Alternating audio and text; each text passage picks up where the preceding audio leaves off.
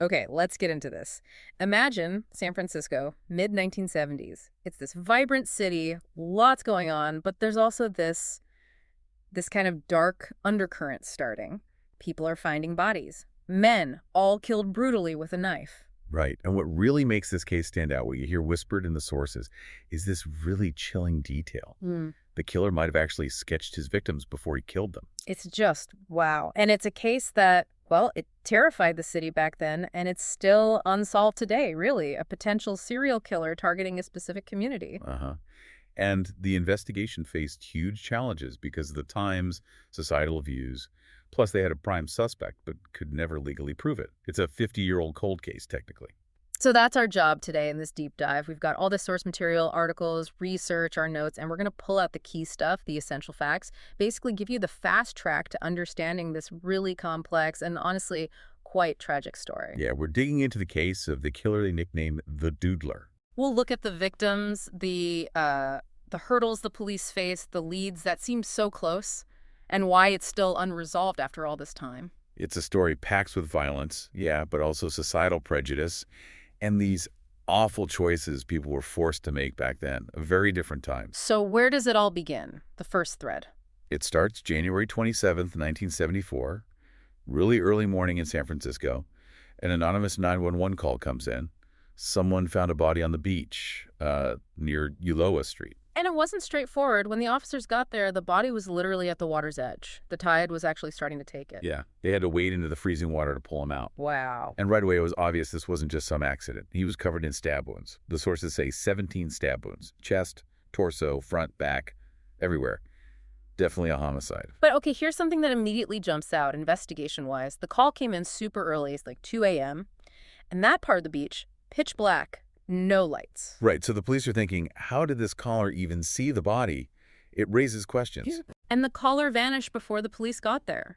Wouldn't give a name. The sources are pretty clear that this beach area, and especially the nearby restrooms, it was a known spot for gay men to meet up, a cruising area. So the thinking is the caller was likely part of that scene and just terrified of being identified, being outed. Exactly. Yeah. Identifying himself to police in 1974 could have had huge consequences for him. Plus, the police put out requests for the caller to come forward, but nope, silence. And the victim himself, no ID, right? The water complicates things too. Yeah, no wallet, nothing. And the ocean definitely washed away potential evidence. The body was in the early stages of rigor mortis, suggesting death maybe 2 to 6 hours before he was found. But they did manage to identify him. Relatively quickly, yeah. A couple of days. Gerald Kavanaugh, he was 50, a World War II vet. Identification likely came from fingerprints, possibly from a prior police encounter. And that prior encounter, the sources mentioned he'd actually been stopped by police before, right in that same area. Suspected of public sex in those same restrooms near the beach? It just reinforces that location as a specific spot. Okay, so first victim. Brutal murder. What was the initial police reaction, according to the material? Well, it's striking. It doesn't seem like it got the major push you'd expect. The perception, at least initially, was maybe it was a one-off incident. Not a huge public effort. Not really reported as such. And the feeling in the community, particularly the gay community, was that the police weren't doing much.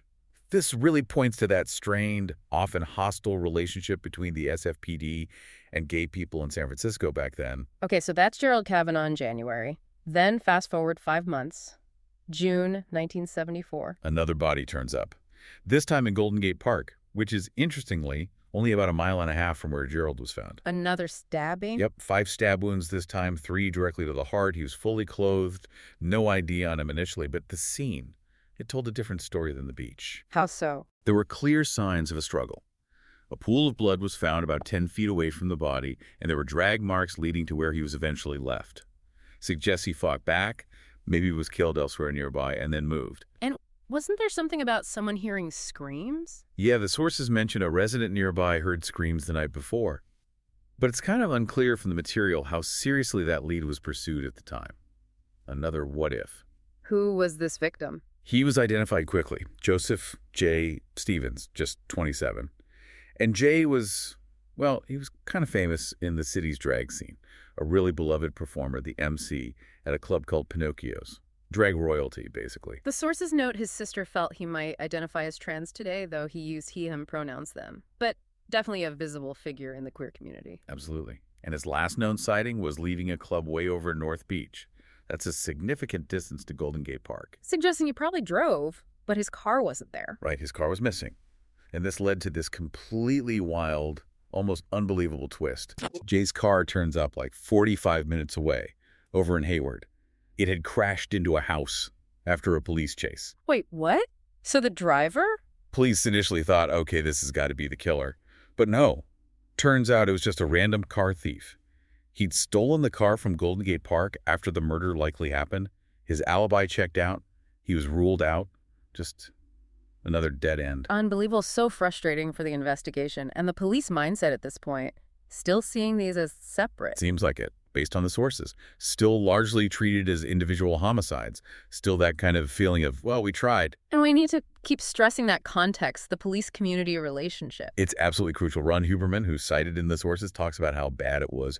Rampant hate crimes against gay people, police actively enforcing so-called morality laws, even entrapping gay men using decoys in public places like parks and restrooms. So if you were a victim of a crime, especially a violent one, you might be terrified to even report it. Exactly. You feared being arrested yourself or publicly shamed, outed. There was even a major lawsuit settled that very year, 1974, against SFPD for brutality against a gay man. That tells you something about the climate. So you've got this community under attack, facing violence, but also deeply, deeply distrustful of the police who were supposed to protect them. Right. So even with a second victim found nearby, similar method, still no dedicated task force, no public warning connecting these murders. But then the pace picked up dramatically just 12 days after Jay Stevens was found. The third victim, Klaus Chrisman, 31 years old. Found back on the beach, eerily close to where Gerald Kavanaugh's body was discovered months before. And this one was particularly brutal, right? Extremely. The sources describe him as nearly decapitated. One of the original investigators quoted said it was one of the most horrific scenes he'd ever encountered, comparing it to the Zodiac killings that were also plaguing the city. Wow, and close. Younger white guy, also fully clothed, no ID on him. Took about 2 weeks to figure out who he was. Turned out he was a German national, visiting friends who lived in the Castro. Which was and is a major center for the gay community in SF. Exactly. He was known to frequent gay bars there, last seen leaving one alone. Police checked out his known contacts, but, again, hit a wall. So 3 victims now, similar circumstances, locations, community targeted. Did the police finally connect the dots publicly? Not publicly, no task force yet. But internally, according to the sources, the chatter finally started. Some officers began saying, hey, wait a minute. They saw the pattern, queer victims, the locations, the stabbing method. But formal progress still stalled. But the community itself, they must have been terrified. Oh, absolutely. Without official warnings, they were relying on their own networks. Word was spreading fast within the gay community. Be careful, watch out. Something dangerous is happening. Their own warning system was kicking in. Okay, so after Klaus, things went quiet for a bit. Yes, a significant gap. Weeks turned into months. It started to feel like maybe it was over. Almost a year passed. And it wasn't over? No. May 12th, 1975. The killer returns. Another body back on the beach. Bloody drag marks again. Same grim signature. And that finally forced the SFPD's hand. Yes, it was undeniable now. The killer was still out there, still active. They realized they had to dedicate real, focused resources to this. And this is where we learned something interesting about how SFPD actually worked back then. Right. The sources point out a major systemic issue. Homicide cases weren't typically assigned to one investigator start to finish. They were handled by shift. Meaning different cops were picking up the same case file on different days. Exactly. Imagine trying to connect subtle clues or build a profile of a serial killer when the investigation keeps changing hands. It's incredibly inefficient, almost designed not to catch someone like this. So they finally changed that for these cases. They did. They formed a dedicated team, and this is a really significant moment. Inspectors Rota, Guilford, and Earl Sanders took over. And they were notable figures, right? Harry. They were the first and second black homicide investigators in SFPD history, known informally but respectfully as the Soul Brothers. They brought a completely new energy and approach. And they had a new victim to identify. Yes. Frederick Cappan, 32 years old. He was identified because he was a registered nurse, so his prints were on file with the state. And his murder? Similar pattern? Very similar. Stabbed 16 times. And like Gerald Kavanaugh, the scene suggested he fought hard. drag marks, dried blood found on his shoes. And Guilford and Sanders found a crucial link. They did. They discovered Frederick Kappan was last seen at the same gay bar as the previous victim, Klaus Christmann, a place called Bojangles. Okay, that solidifies the connection to the gay bar scene. Now, these investigators, Guilford and Sanders, they understood the huge trust issue with the community they needed help from, right? Absolutely. And their strategy was pretty groundbreaking for the time. Instead of relying on victims coming to them, they went directly to the community.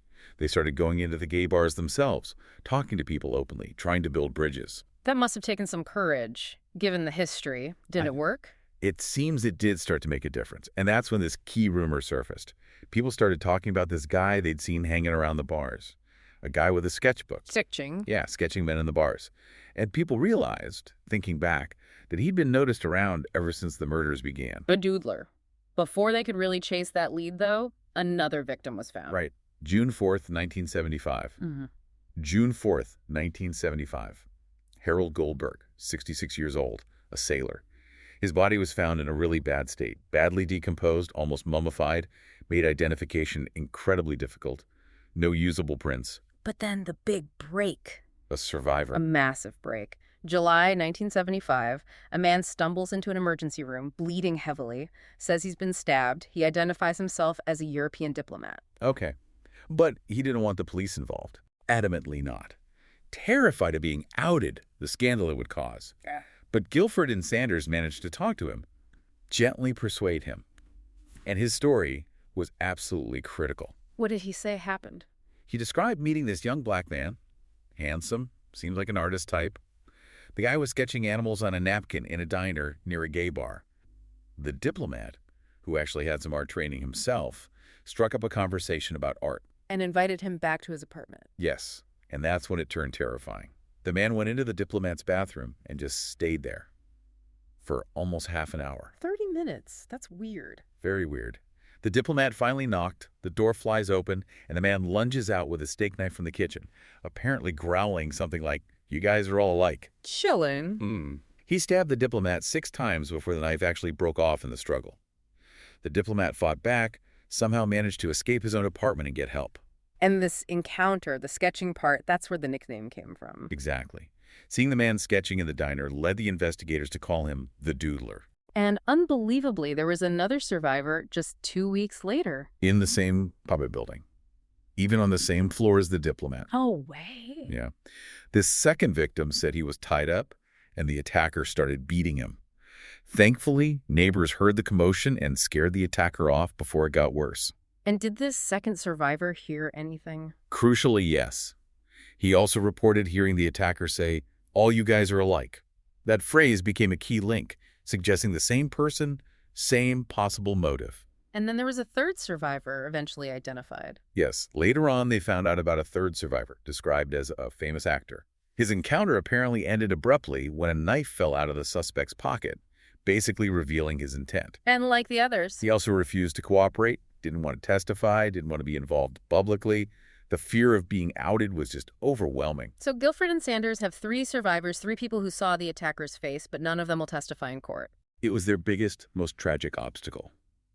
The diplomat, being the least intoxicated during the attack and having that art background, was the best hope for getting a good likeness. Did he eventually agree to help with the sketch? He did, eventually, but only the sketch. He was adamant. No testimony. It just highlights that impossible choice these men faced: personal safety and anonymity versus helping catch a killer, potentially at the cost of their entire lives as they knew them. So the composite sketch gets made and released in October '75. What happened then? It triggered a flood of tips, people calling in, and 2 tips in particular stood out as incredibly important. Okay. First, an anonymous woman called. She gave really specific details about a possible suspect living over in the East Bay. At first, maybe it was dismissed because the name was common, but she called back, gave his address, even his license plate number. Very persistent. Wow. And the second tip? Came from inside Highland Hospital.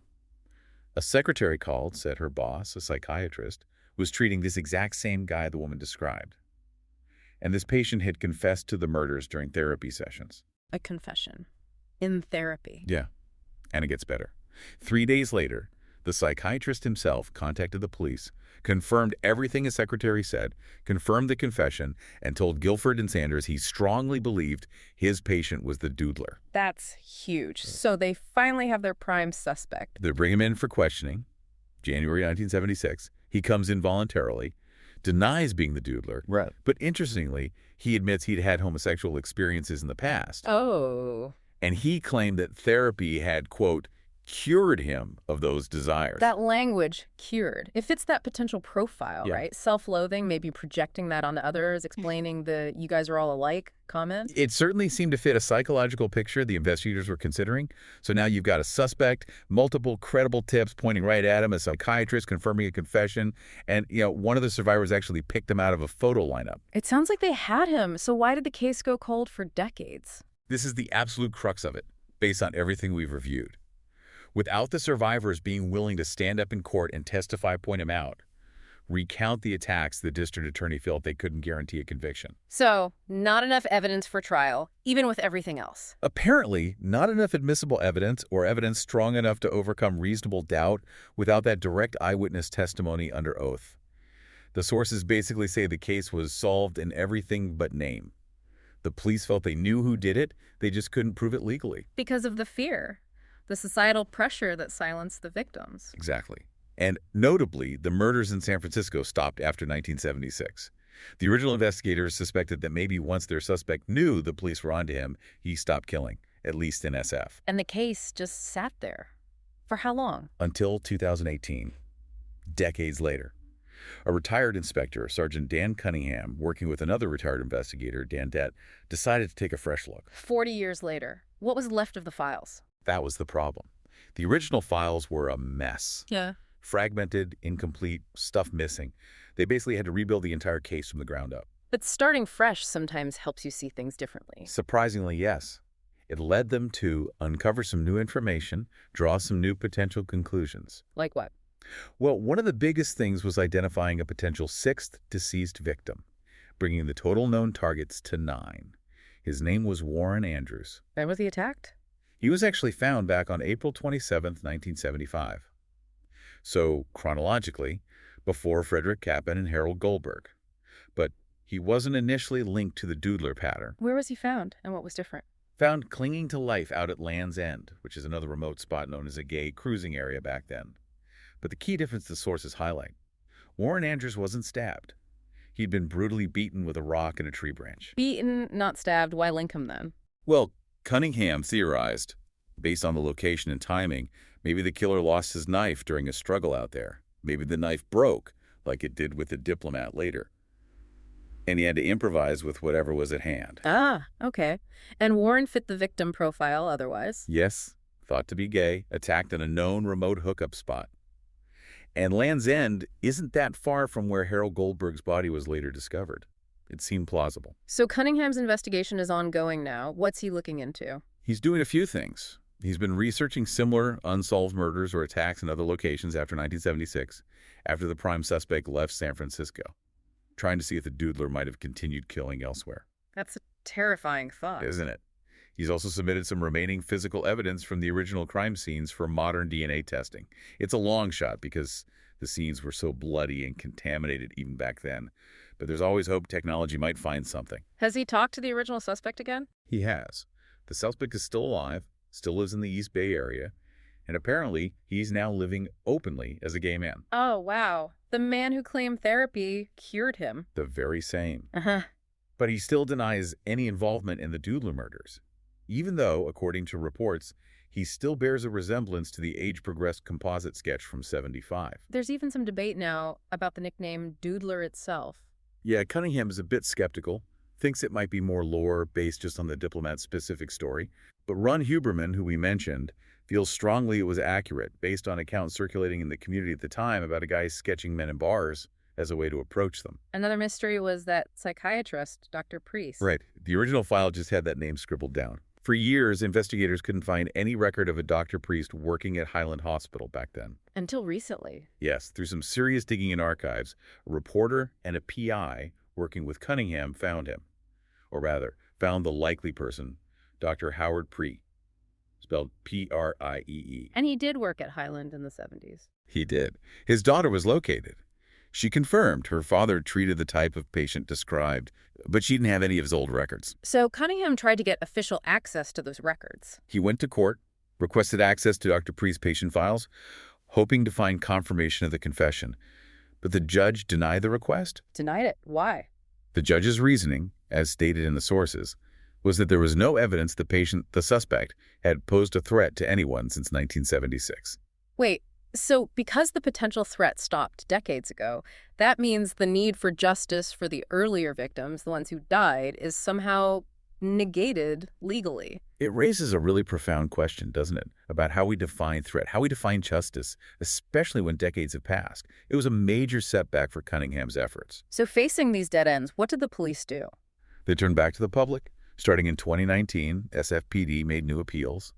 They put up a significant reward, first $100,000, now it's $250,000. $250,000. For information leading to an arrest and conviction. They re-released the age-progressed composite sketch. And they even released a recording of that original anonymous 911 call from 1974. The voice of the man who found Gerald Kavanaugh. Yeah. Hoping that maybe, after all these years, someone might recognize that voice and finally come forward. Sergeant Cunningham still holds out hope that some new technology, or maybe just one crucial phone call, could finally break the case open. So let's recap the toll. We have 6 men, confirmed or strongly suspected deceased. Gerald Kavanaugh, Jay Stevens, Klaus Chrisman, Frederick Kappen, Harold Goldberg, and Warren Andrews. And at least 3 known survivors who were attacked. The European diplomat, the second man in that same building, and the famous actor. That's 9 known individuals targeted by this one person. And the impact goes way beyond those 9, doesn't it? The ripple effects. Oh, absolutely devastating. The sources mention Jay Stevens' family specifically. His sister had a complete psychotic break after his murder. Just 3 months later, in her distress, she tragically killed their mother and seriously injured another sister. Oh my God, that's horrifying. It shows how this kind of violence just radiates outwards. It really does. And Frederick Kappen's niece shared something really poignant, quoted in the materials. She just wants her uncle remembered for who he was, an artist, a dedicated nurse, even a war hero who'd saved lives in Vietnam, not just as a victim defined by how he died. And she feels all the victims deserve that remembrance. Exactly. Remembered for their lives, not just their deaths. We're talking 50 years now since these murders shook San Francisco, half a century, and still no legal justice for these men, for their families. A strong person of interest identified back in 1976 is still out there, living his life, all because the witnesses, the survivors who could have put him away, were silenced by the fear and prejudice of that era. It's incredibly frustrating. Just to reiterate, SFPD does still want information. That $250,000 reward is real. The tip line is 415-575-4444. And you can also text a tip to tip 411. You can remain anonymous. It's a start case. A reminder, these aren't just old files. They're real people, real families, still living with the consequences. Absolutely. So as we finish this deep dive into the Doodler case, it really leaves you thinking, doesn't it? About some really heavy questions. Yeah, like what does it really mean for justice when societal fear, when prejudice, acts as such a powerful barrier that it prevents a case from being legally closed for 50 years, even when investigators feel they know who did it? And could Sergeant Cunningham be right? Could this killer's violence have continued beyond San Francisco after 1976? Is there a wider trail of victims out there we don't even know about? Or maybe even just thinking about today. What would real meaningful justice even look like for these families now, after all this time? With the clock ticking, lots to think about.